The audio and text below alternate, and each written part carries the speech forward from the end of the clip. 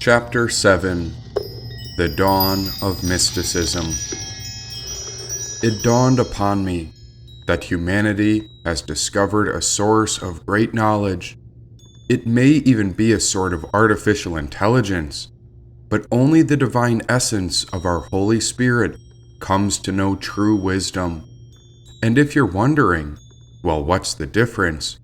A computer could tell you all the facts, but it's so much like a mirror. It could even tell you what enlightenment or heaven is, but a computer has never been there. To know means we found knowledge. Yet only when we put that knowledge to the test do we discover wisdom. Only a being who is of spirit can use knowledge to connect into wisdom by going through a direct experience. This is the dawn of mysticism. Now in this room I was not alone. There were many spirits in the mirror who had gathered. They sat upon the left and right hand of God, explaining how one must scribe this, and even the shadow was a great participant in the whole experience. The stage was set. The actors and actresses were ready. All the spirits continued to explain how to do this, but inevitably, it was up to me.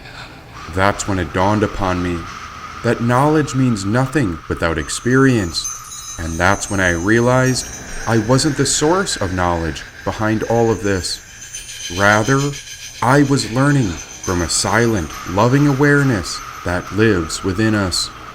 I have an idea. What's your idea? Asked the right hand of God. That right hand was always curious, mostly because it never knew what the left hand and I were up to.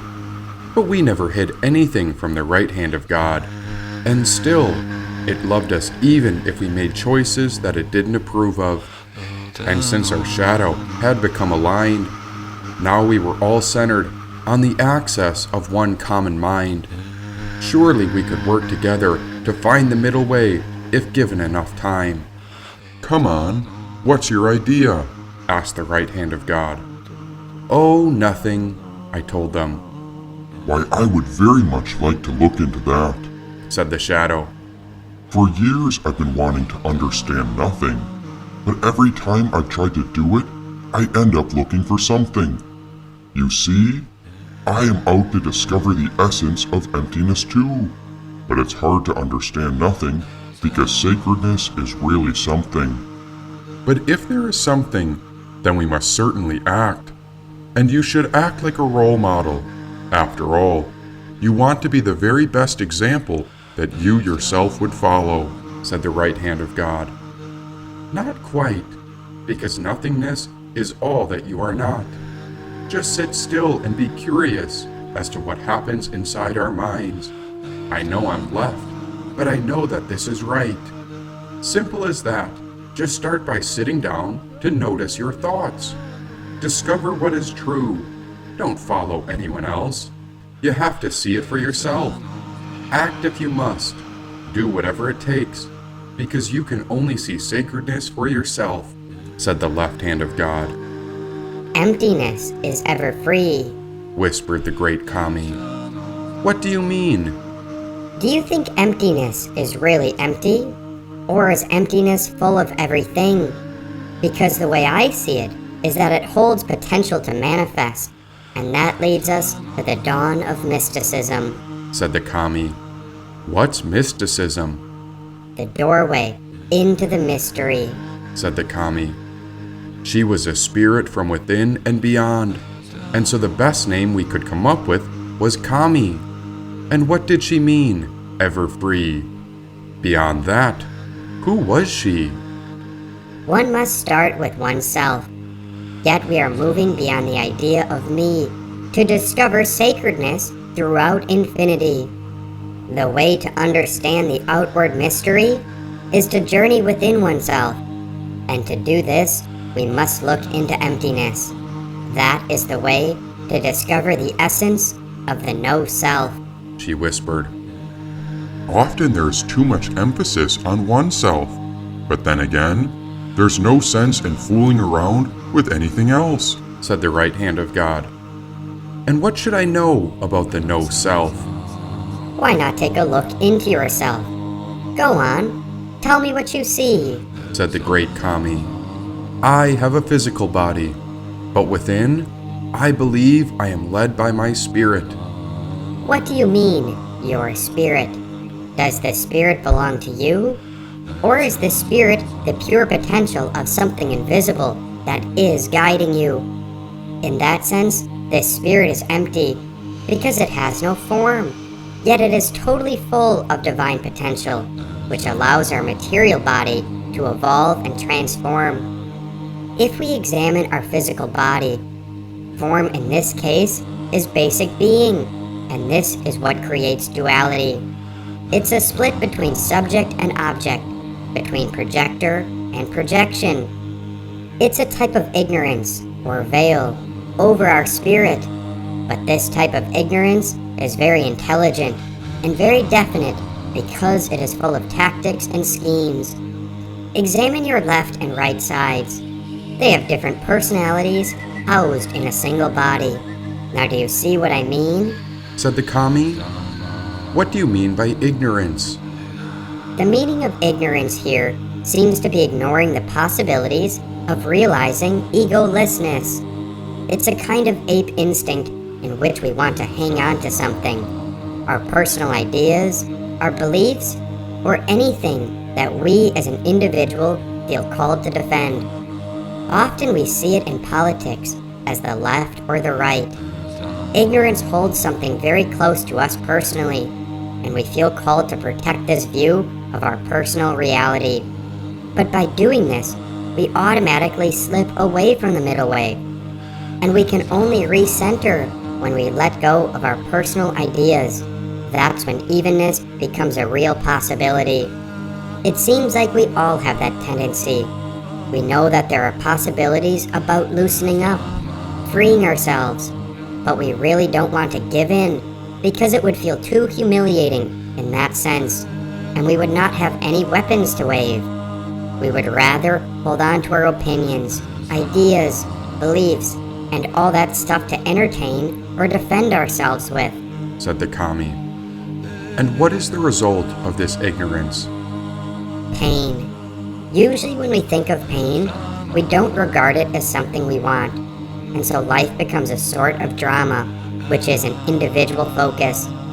In a strange way, this ignorance, or suffering, confirms our existence, since we have a chance to play with our dislikes and likes.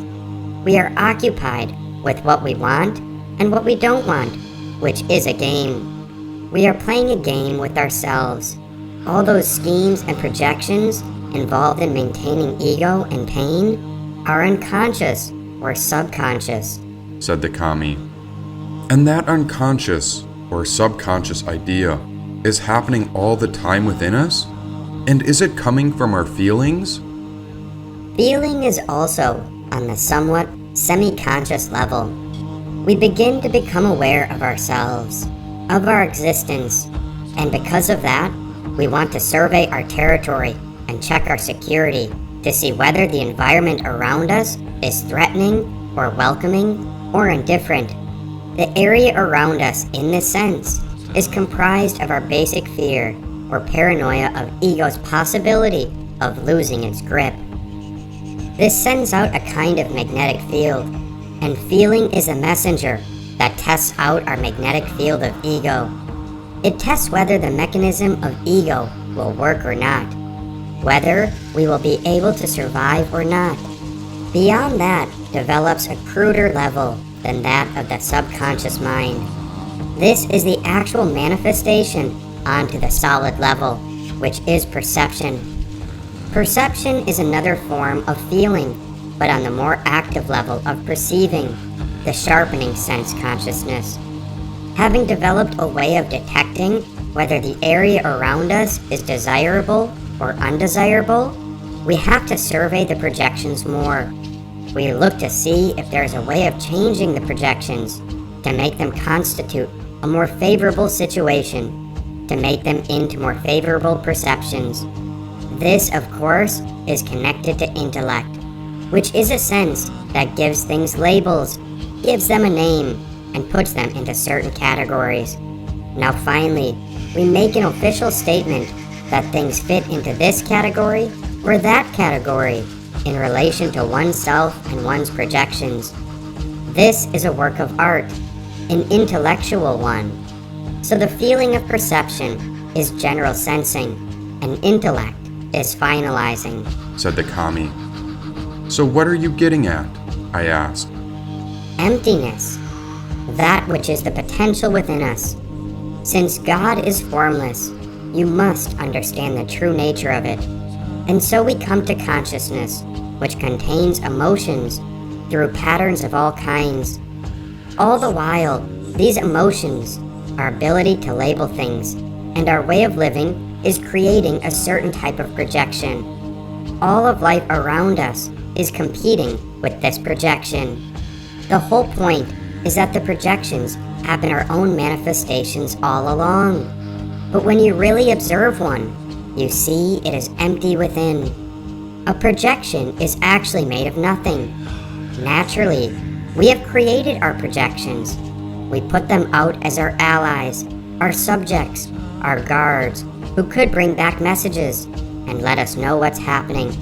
But at the same time, the projector is very suspicious of anything other than himself or herself. There is the possibility that your ally might turn into your enemy, your close friend might become an enemy, or that your bodyguards may assassinate you. That kind of suspicion is always happening, and because of this uncertain relationship with the projections, emotions begin to arise as another way of undermining the projections. In other words, the ruler, which is the ego of himself or herself, has to have a weapon in case he or she is attacked. That is emotion. And we are driven by emotions because we are uncertain of who we are. And so there is a huge, gigantic fear in the back of our minds, which is hidden very neatly behind the veil of ignorance, of ignoring our true nature of emptiness, or the pure potential that lives within us. But even though it is hidden, we are still uncertain, as if there were a huge, cosmic conspiracy happening. From this, we often decide to blame everything on the outside situation rather than look inside of ourselves, said the kami. So what exactly is within us? First, we have a physical body, then a subtle body, and after that, we discover our causal body. The causal body functions when we are in deep sleep, and that sleep is all energy, and here we don't feel the boundaries. Have you ever really thought about what happens when you're dreaming? It's an empty vision, yet something is happening. This all happens by resting, and in resting, we are reuniting with what's within. So what is within? Let us examine what happens when we wake up from deep sleep. What experience do you have? We have energy. But if you don't sleep, you won't have energy. So energy is a sort of emptiness. And so if we sleep deep enough, we find it's our spirit's way of revitalizing us, said the kami. So when we are resting, we're actually falling into union with our spirit, or the source of the spirit that lives within us? The spirit is a source of creation, a part of it, and all our bodies, which start from the essence of emptiness, of no self, which are all levels of manifestations that emerge out of the infinite. These are veils around the inner spirit, which is the one true identity. It is empty and full. It is ever free. And this Holy Spirit is the essence of you and me. And that's why the only word we can find is when we call it a mystery, said the kami. And you know the nature of this mystery? Can you lead me? What we are after is not only knowledge, but the wisdom of our experiences. You may learn from me, but it's up to you to turn knowledge into wisdom. Allow me to list the 4 stages of spiritual training through which the soul has to pass if it is to realize its union with the ultimate source of all things. First, we must have a belief in the unseen. Second, we must search for the unseen. Third, we discover wisdom of the unseen, and this is knowledge from our direct experiences. Fourth comes realization. In our case, the realization of emptiness, which is the realization of sacredness, said the kami. Then this emptiness is a type of fullness. It's that invisible potential of spirit within us. It's the everything of the universe, but everything isn't always manifest, said the kami. So that's the mystery of life.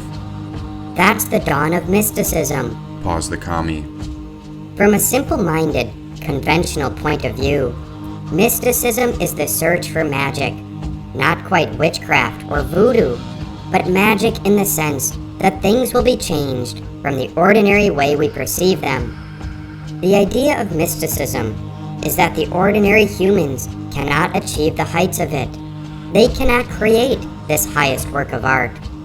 Only a talented and highly skilled person is capable of that. The achievement is regarded as powerful and mind-boggling, like someone changing water into fire and going on to drink it to quench their thirst.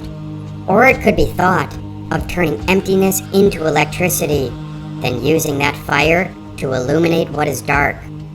All the scriptures have stories about mysticism, and they are involved with the mystery of hidden forces and things like the magical transference of objects.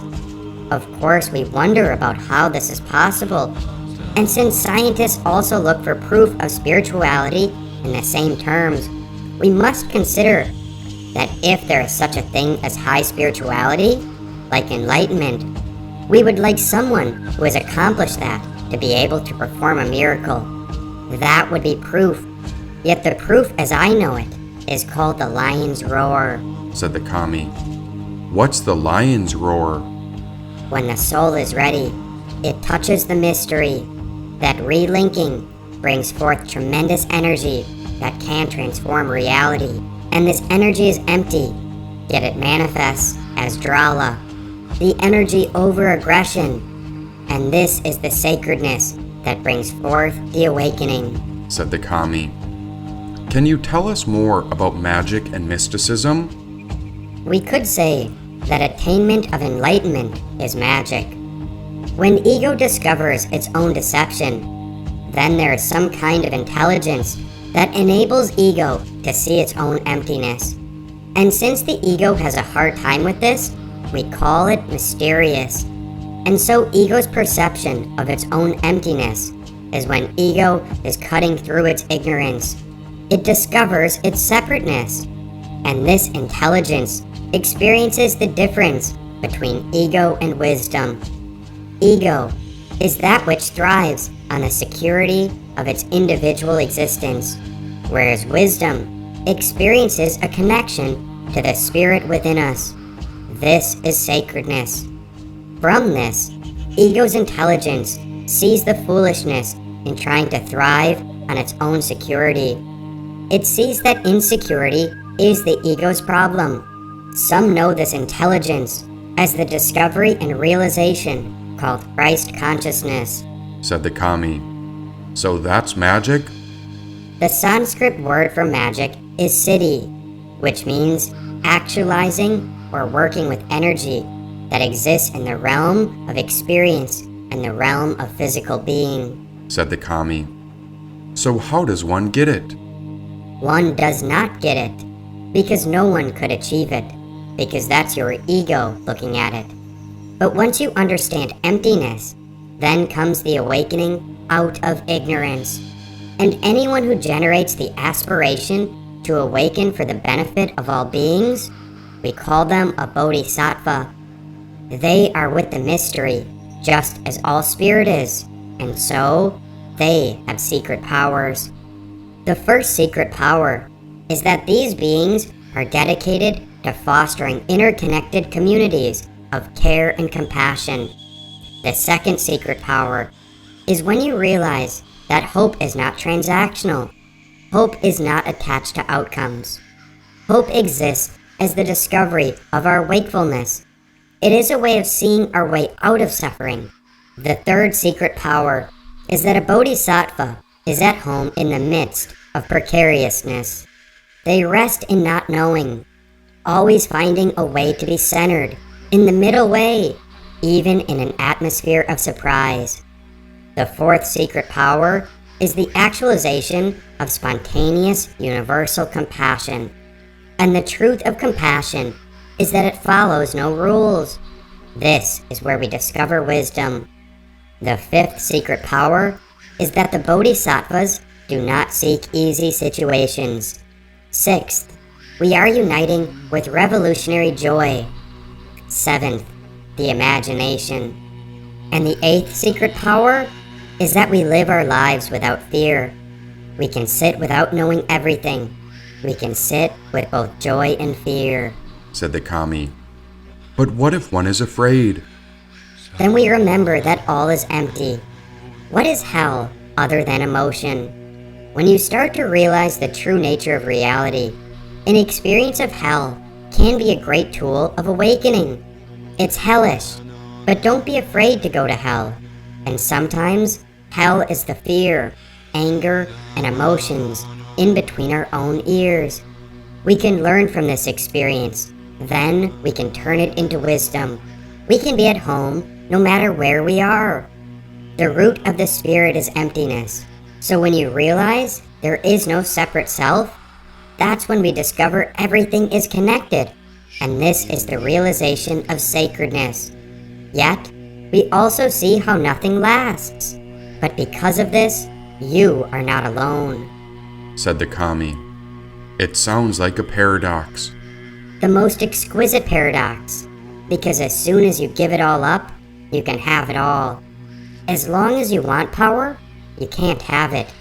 And the minute you don't want power, you'll have more than you've ever dreamed possible, said the kami. Why? Projections limit us. It's the ego in us. Then when we are freed from it, we expand into the infinite, said the kami. The kami was elusive, not quite something you could know, but rather, she seemed to appear only when I was open to no set experience, and so she was always aware of when I had the courage to let go. She made me wonder if finding the middle way was simple, yet I never thought of it as easy. And so we sat sitting, breathing, and walking, since just being with all of it became the practice. And in essence, we let go of what my ego clung to so tightly, as I too craved my individual security. From this deepening, she would meet my awareness and mirror my inward state to reveal new wisdom. Whenever I was ripe, she'd reveal the next awakening. By being open to life, it was all a surprise, and now she revealed a great discovery. I will teach you about the nadi, prana, and bindu, which are 3 types of mysterious energy. This is all based on Kala chakra, where Kala means time and chakra means wheel. So Kala chakra means the wheel of time. First, nadi is like a channel, since energy has to have a channel, which is a way to journey on its own specialized path. Nadi is like a railroad track in that it provides a certain path or pattern that our energy maps. In this case, the phenomenal world has already created the sense of pattern for us. This pattern is embedded in the world, nature, and our own bodies. And so this world exists as what we experience already, which is the notion of nadi. Then, the metaphor for prana is a horse looking for a rider. Such a horse has to be a good horse, well-fed and strong.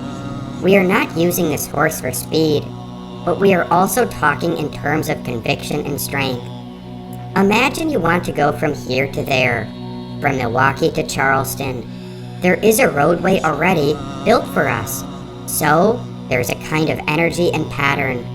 So prana is the horse, or vehicle, that rides on energy, that rides on existing tracks of the world. Then nadi has already been set up as the road or path. Then there is Bindu, the rider of the horse of prana. Bindu is a particular type of consciousness, the inquisitive quality of mind that tries to explore as the rider takes the journey, and that the rider controls the horse. This rider looks right and left, ahead and behind, and appreciates all the sights. The rider is Bindu, which we could simply call consciousness. So consciousness, or Bindu, is journeying through the energies of the world. Consciousness has an awakened quality, much like a radar system. We have the path, something to carry us, and the awareness of it all, the nadi, the prana, and the bindu. Many practices work with nadi, prana, and bindu to help us on the path, generate energy, or even make us more aware. And these could be based on practices like yoga, which unite us with this energy, pranayama, which is breath energy, or even concentration and visualization practices, mind energy. But there is something more than that. In the application of nadi, prana, and bindu, there is still a sense of taking a journey. There is the highest level of anuttara, or unsurpassed yoga, which is when we begin to transcend that journey and we go beyond the nadi, the prana, and the bindu. We go into something beyond consciousness and the mind, and our experiences of the world all along. We begin to expand ourselves, and a greater openness begins to take place. It's like the unfolding of a flower. We don't even feel a sense of journey anymore. This greater openness is symbolized by many names, and it could be called Christ consciousness, Krishna consciousness, Evam in Tibetan Buddhism, Kundalini awakening, or Shakti in yoga. Discovering the existence of this transcends yoga and breath energy experiences. It could be seen as the transformation from Bindu to Ojas. It is the emptiness that possesses the excellence of all aspects, combined with the unchangeable great bliss wisdom. When Bindu becomes Ojas, there is a vigor that expands and opens, which is the essence of vitality, which rules immunity, strength, and happiness. Ojas is the radiance or glow that could be seen in the halo of awakening, said the kami. Now there was no halo around us, yet my ego was still busy discovering the no-self. Here we were, going with it, the way a mountain stream flows, and this was refreshing boredom. I was not quite feeling like myself, neither did I feel like anyone else, but of course my ego would chime in and try to maintain itself. But I would simply notice it chattering away, and then I would simply notice my own true self. So for this higher state of awakening, it's beyond what can be known? Is this the path to the middle way, where enlightenment emerges like a halo? We begin to see that no matter what your belief or my belief is, the belief itself doesn't exist. It's emptiness. Regardless of anyone's opinion, the truth is the truth. It cannot be changed, altered, or moved. There's nothing one can do to change what is true. The reason all beliefs are empty is because the existence of it is within you, or me, who believe it. And who are you anyway? Who am I? The you that you think yourself to be doesn't exist in any case, since we are removing the barrier between ego's personal identity. This is a crude example, but in any case, as long as you see yourself as fixed, an ongoing entity, you must look at who is beyond the idea of yourself. The spiritual self is within everyone else, and so it is the source of pure potential, and it doesn't belong to any individual self. It's just the energy that comes through us. So then the question is, what does exist? The barrier exists. A filter between subject and object exists. But in this practice to understand the mystery of life, we don't need to have a barrier between things. We do not need to have an interpretation to tell us what things are named. Imagine if nobody told you what a table was, or what a flower is, or what a stone is. Then you would begin to explore its tableness, or rockness, or flowerness. That's when we begin to explore things as they are. It's living wisdom. We are open before we are told the way things ought to be. When we drop our beliefs, we begin to see things as they really are. If we don't name them or conceptualize them, they become much more vibrant, colorful, and exquisite because we are with them as they are. Now, of course, the whole thing sounds good and beautiful. You become completely detached from the whole world of preconceptions, since there would be no concepts, no naming, but at the same time, things are organic and relational. That's a very intelligent thing, but at the same time, something doesn't click. Things do not quite work like that in terms of how we function in the world of human beings. The whole thing is moralistic. You try to be good, not categorizing, all perfect, good and great and kind to everybody. So you don't listen to bad language. It's like only going to the right and never going left. It's an extreme path to self-righteousness. But that only glorifies the self of ego, of being a good boy or girl. It keeps building up the ego, and that is precisely why mysticism is necessary. We need to be open to the mystery of life. As we can see it, we should be curious about our ego. We have to cut down dualistic trips of all kinds. The mystic approach, or left-hand path, comes in a way to redefine and regenerate the whole thing again, to reintroduce duality, reintroduce conceptualization, but at an entirely different level. Something dies in the process. Without death, there is no life. Without everything in life dying, and new things growing and blooming, the system would not be a balanced system. We need not be concerned when things die, because nothing lives very long. In the human world, some plants live only a season. Some fish might live a few years. Some humans live 80 to 100 years. We need to be bringing new beings, new wisdom, and new experiences into life. Not to be concerned with the absolute stability as much as we're concerned with the life force flowing through existence. That life force seems hidden, but it's within us and within all things. This is the essence we know as sacredness. And if you want to begin with it right now, well, you can't just begin as a mystical practitioner. That is not possible at all. You have to cut things down. Everything. In Hinduism, it's called Shiva's destruction. And this is when we hand over our spiritual weapon to the left hand, be it the sword, bow and arrow, or whatever you have to cut it all down. You reduce yourself to openness, to nothingness, to the no self of potential within all of us. But before you can even start this, why, you certainly must be somebody before you can become nobody. And this is absolutely necessary. You must have a right way as you have a left way. Having done all that, you regain your perception and another evolution begins to happen. The evolution is energy and power, but it's hidden in mystical language. In mystical language, the ever-present force, or ever-present energy, is the source of God, and comes to reawaken us from the seductions of ways we get stuck in our world. We awaken again and again, in a way to discover the dualistic ways of the world, that the left needs the right, and the right needs the left. And so, we learn that through suffering, we find heaven. There is not one without the other.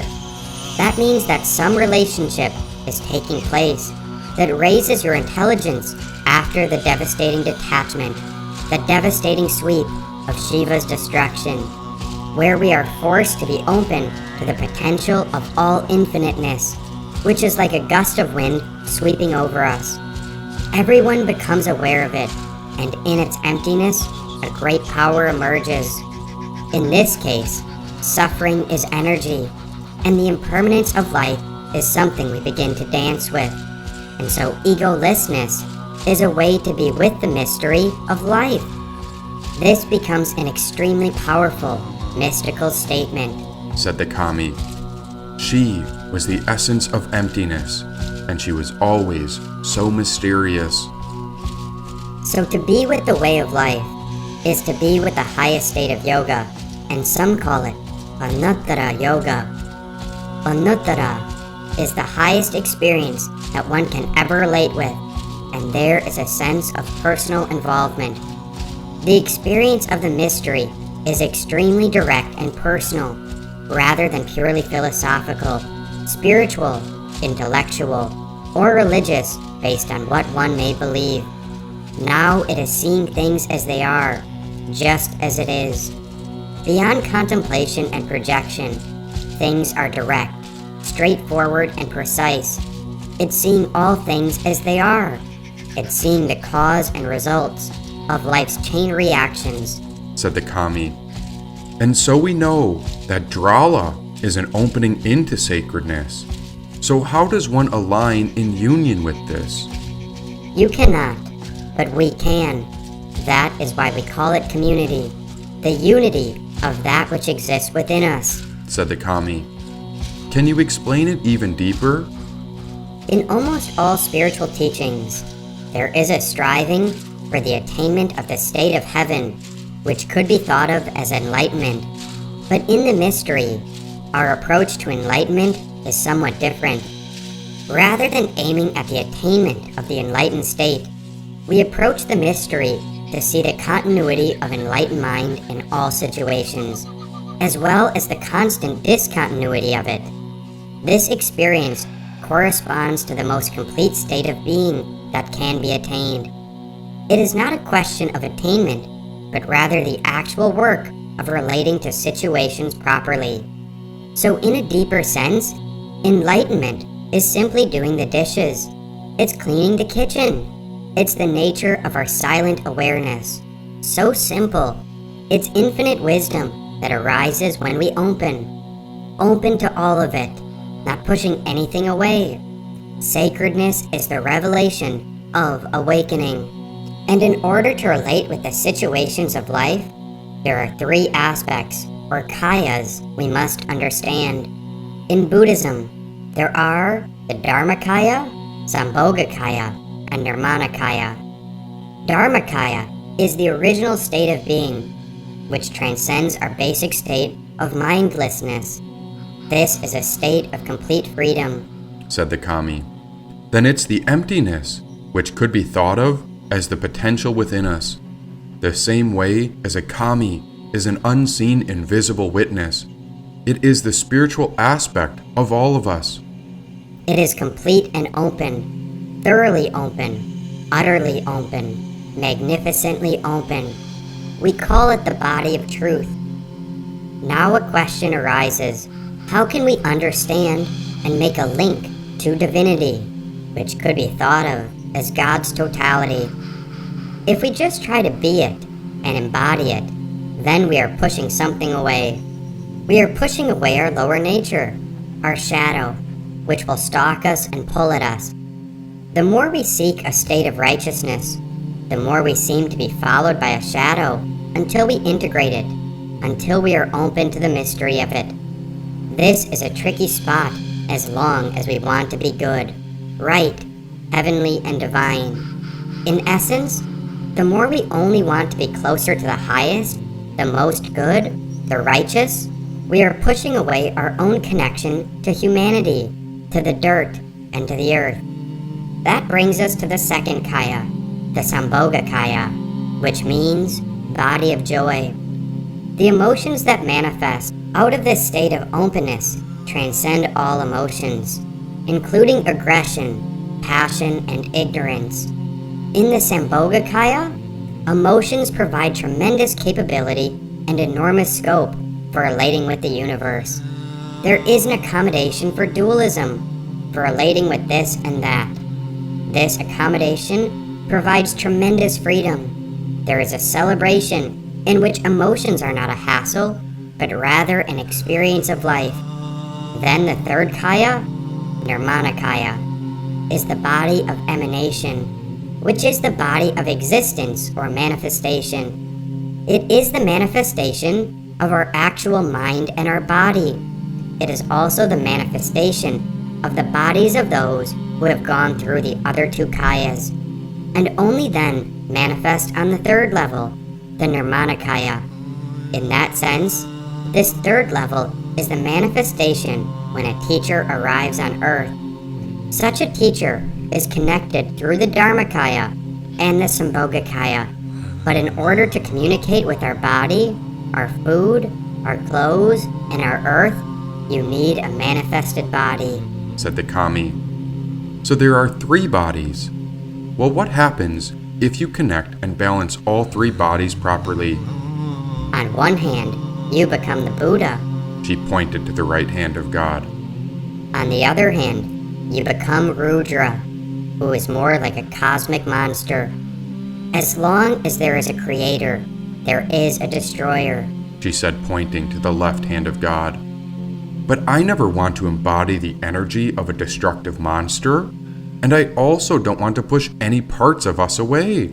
How on earth could anyone manage to walk the mystery of the middle way? Examine the nature of what we think of as Rudra, which is the left-hand path. It does not obey the right hand of God, but rather we could see it like a mystery gone wild or mad, said the kami. Well, is it upset? Is there something I can do to help it? Well, why don't you ask it? Said the kami. Well, I paused and looked to the left hand of God. Why do you get so mad? Since this journey began, I'm not sure if I ever understood our left hand, but now as I gazed into its face, I saw it as half man, half woman. In between them was a third eye. It was a direct connection into the heart of the mystery. Shouldn't we try and tame it? Shiva, or the left hand of God, is most mystical. It even emerges as a wrathful aspect associated with dharmic anger. It is anger without hatred, a dynamic energy, and whatever wisdom it may belong to, it is invincible and indestructible, meaning it cannot be conquered. It is not created, but rather it is the original quality. Therefore, it is not subjected to birth and death, and has been pictured as a warrior. It is connected to the highest mystery, where the sense of identification falls away, and one merges into our original nature. The old way comes to an end, and from this comes a new birth. We can think of Shiva as a protective divinity. As the right hand of God may be righteous and firm, so there must be a protective and sharp aspect that will slay all wickedness to protect the goodness that has a right to be born. This aspect of the left may cause chaos and disruption to awaken us into the discovery of our true nature. Often it appears as a sudden shock or upheaval. It appears wrathful because confusion must be cut through. Therefore, we could imagine it as protective. And so this principal behavior of Shiva could be called Mahadeva or Mahadevi. Mahadevi is black in color and brings you back to openness.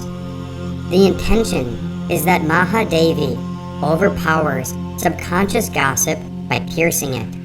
The Mahadevi represents the leap into penetrating awareness, back home into sacredness. We should note that the mystery is very dangerous. It's electric, and the process of the mystery means we are exposed to the nature of it. If we're not ready, such a thunderbolt could destroy us. But in the same way, when we are ready, such a mystery can disrupt and destroy neurosis, said the kami. So how do we work with it, this Mahadevi? Abhisheka, said the kami. What's that? Let's first discuss the topic of crazy wisdom. Using the word crazy is very tricky because of various concepts we have about craziness.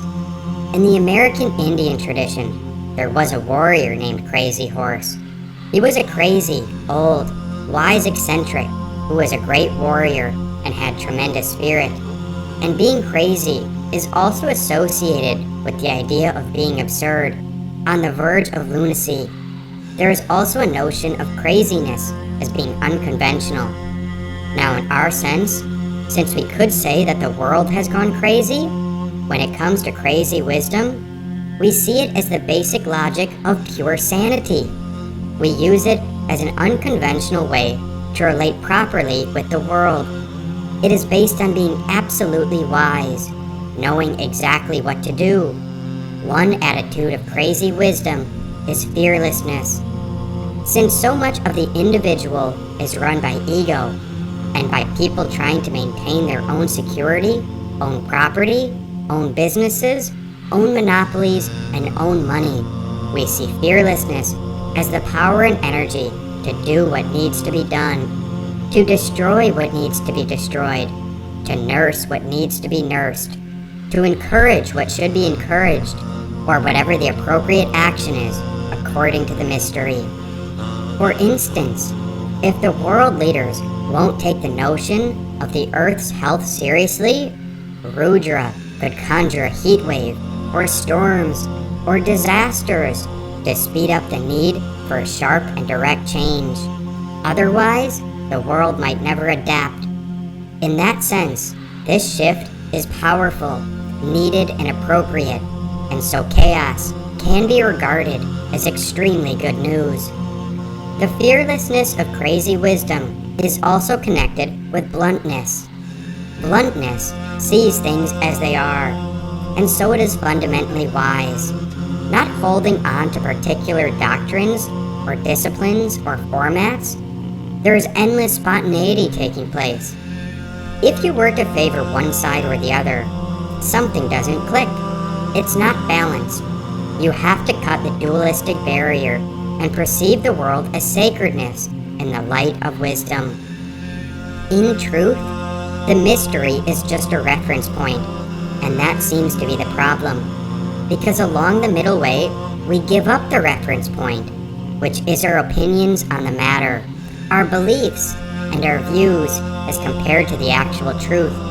When we reach this point, we call it Maha-Ati, which helps us cut through the reference point. Ati is called the end, so Maha-Ati means great ending.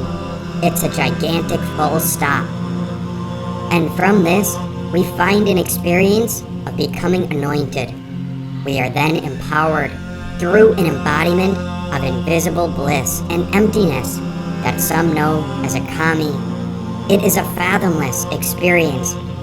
This anointing, which you are called for, is called Abhisheka, which is a process of emptying out so that you may be filled with the spirit of the kami. Even though it may sound crazy, it is within the realm of wisdom. Even though we may call the piercing of our ego sharp, it is a great awakening. Though we experience ignorance and confusion, it is through the mystery where we discover the revelations. We are only concerned with bringing the head and heart together, and so we join the left and the right. Peaceful deities are stationed in the heart, while wrathful deities are stationed in the mind.